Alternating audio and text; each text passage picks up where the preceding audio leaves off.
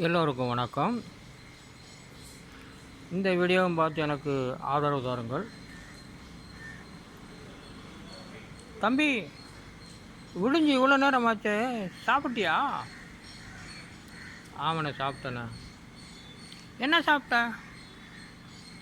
2 இட்லி, 4 பூரி, 2 தோசை, 2 வடை. அதுக்கு மேலே நான் என்ன பண்ணேன், சரி பாதாம் பால் அதையும் சாப்பிட்டேன். அவ்வளோதானா? அவ்வளோதான் சாப்பிட்டேன். நீங்கள் என்ன சாப்பிட்டீங்கண்ணா?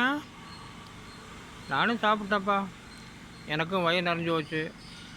நேரத்தை பார்த்து நமது வயிற்றுக்கு சாப்பிட்டா தான், ஆதாரம் போட்டால் தான் நம்ம உடம்புக்கும் நல்லாயிருக்கும். ஒன்றும் 2வது அப்புறம் சாப்பிடணும்னு நினச்சா அது நமக்கு தான் அந்த சக்தி குறைவு, அதாவது நமக்கு தான் அந்த வீக் பாயிண்ட் வரும் அப்படின்னு அர்த்தம். வேறு ஒன்றும் இல்லை. சில நேரங்களில் ஏதாவது ஆகலாம், சொல்ல முடியாது. ப்ரெஷரை கிளப்பி விட்டுரும், சுகரை கிளப்பி விட்டுரும், ஏதாவது ஆகிரும்.